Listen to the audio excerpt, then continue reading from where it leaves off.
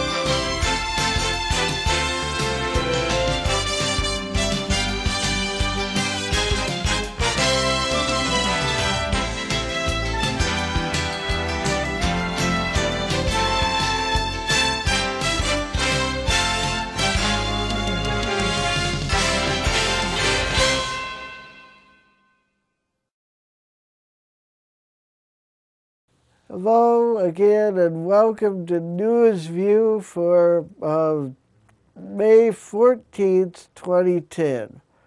Tonight's top story is brought to us by CNN and says that according to the FBI, federal raids have been conducted in New Jersey, Massachusetts, and New York, and they're focused on a system of cash couriers in connection with the Times Square bombing plot, which failed, and they took into custody 3 people who made alleged immigration violations, and they also, 2 of them had been detained.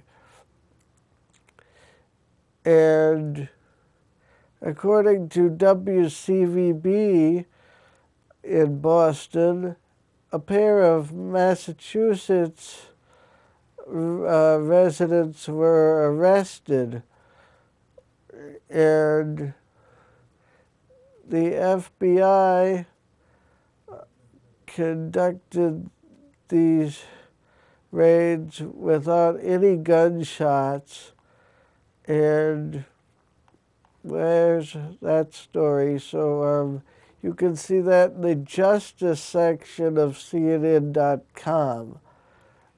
And in other news, here more local news, we have a story of the U of I, the new U of I leader is concerned about there being no improvement in state support for the school, and same with sports. Michael Hogan, the new U of I president, said that he plans to work with lawmakers of financial issues, but he doesn't expect the state government to provide much more money for the education at the University of Illinois than they do now. State money makes up 16% of the U of I's budget at this time, and Hogan says that it means he has no choice but to spend at least a quarter of his time as a fundraiser. And that's some of your local news. If you have any news tips, hot news items, questions, or comments, you can always email them to me at newsview@email.com at this time, or you could call UPTV and with the number on the screen, 217-384-2452, and that you can reach the station here that way. And just any comments, questions, or complaints or suggestions are welcome. In other news, the CDC used frequent shopper cards to locate salmonella, and this is a report out of Champaign. Says that this salmonella outbreak has made at least 245 people sick in 44 states. In California, 30 people were sickened. In Illinois, 19 people, 17 in Washington, and 18 in New York State. In Washington State, 17. And this is according to USA Today. And I found this at perishablenews.com. And we'll go to a break now, and I'll see you right after the break.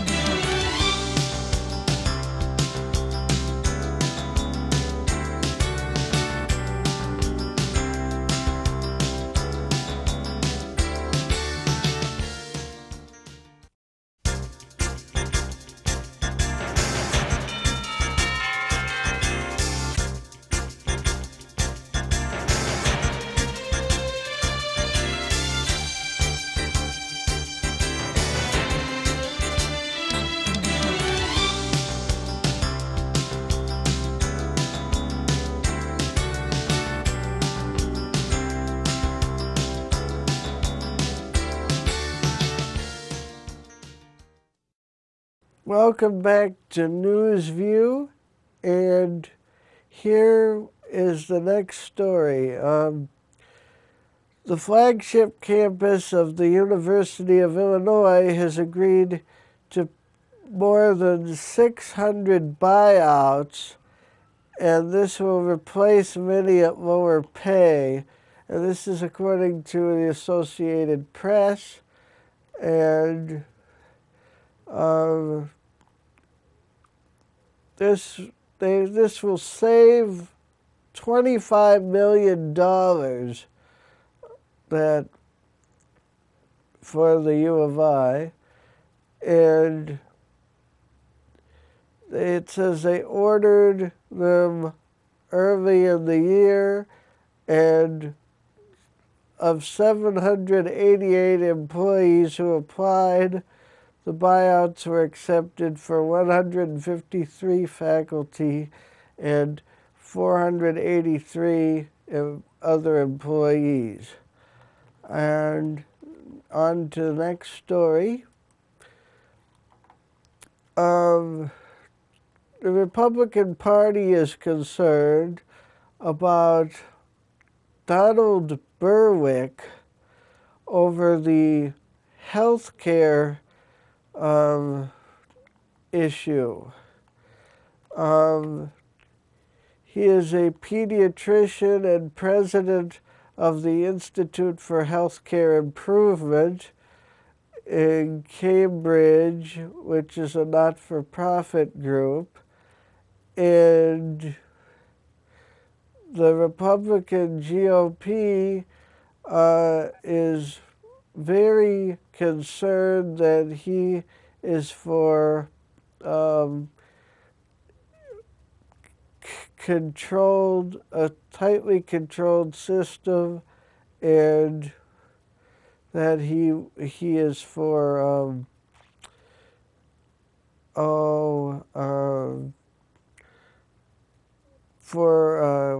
high costs and waste and stuff. And the GOP senators are trying to stop him from becoming elected to that position.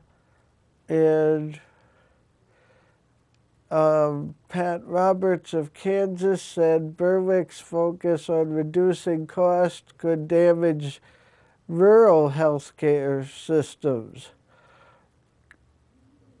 And with a budget of $780 billion and 4,500 employees,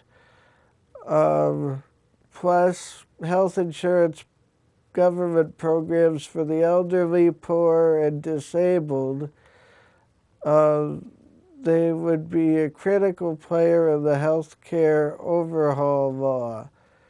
That is CMS, which he is with. And this is being called, well, both sides are duking this one out. We'll see if Berwick runs the health agency or not. And another story here, Janelle World Trade forecasts a revenue growth exceeding $1.5 million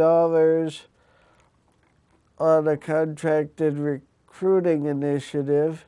And this is in Jamaica, New York, Dateline.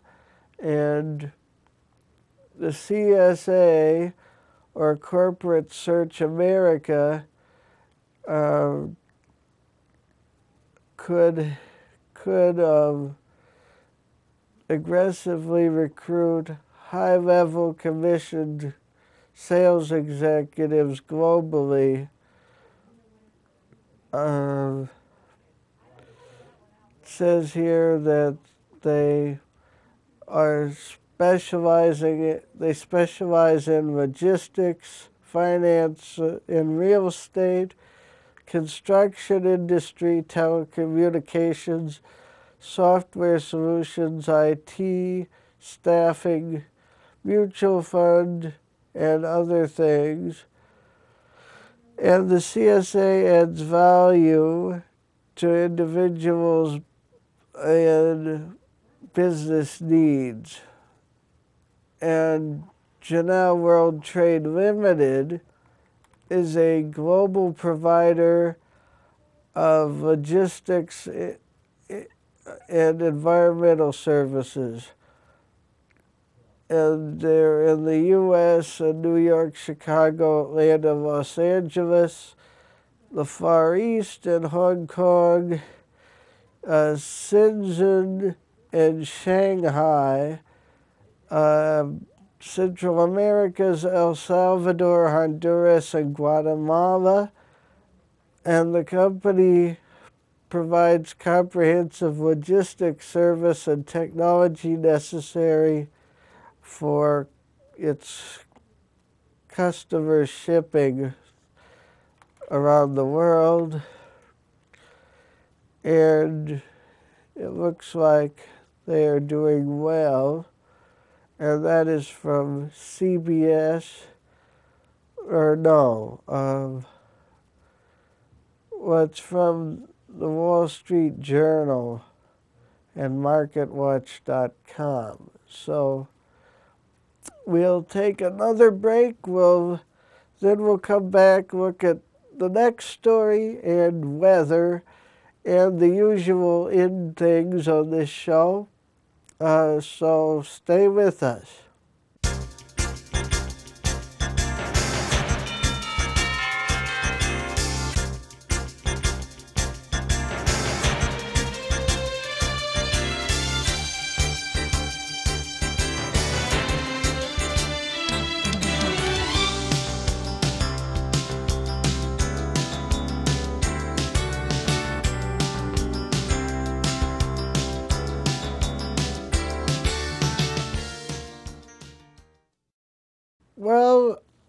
the day after tax day, historical tax statistical data was loaded into the Wolfram computers, and this is according to ResourceShelf.com. On tax day, they put in this, and the tax statistics were put in there, and this is from the Wolfram Alpha blog now. They did look at interesting historical tax statistics, and according to this, our taxes today our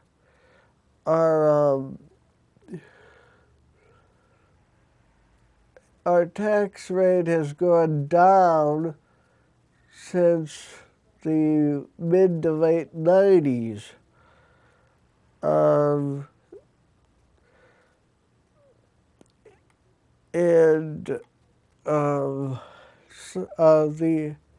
the average exemptions and deductions, though, have gone up, while the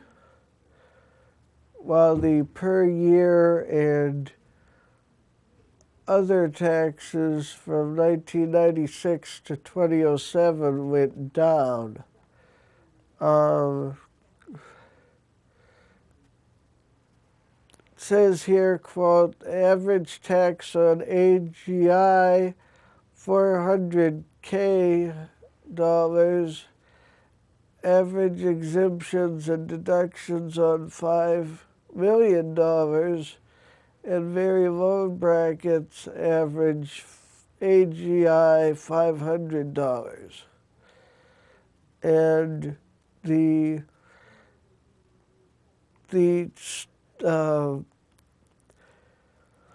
values from the data set and the inputs to incorporate make it possible to uncover some startling trends, it says. If you compute taxable income from Salve's 1974 /US GDP 1974, and you'll see a surprising decline in salary income relative to the GDP over the last few decades. So some things have gone down and some have gone up, and if you want to see that, look at April 16th's Wolfram Alpha blog post to see the charts and stuff. Now we'll send you to the weather a couple of times with some other things.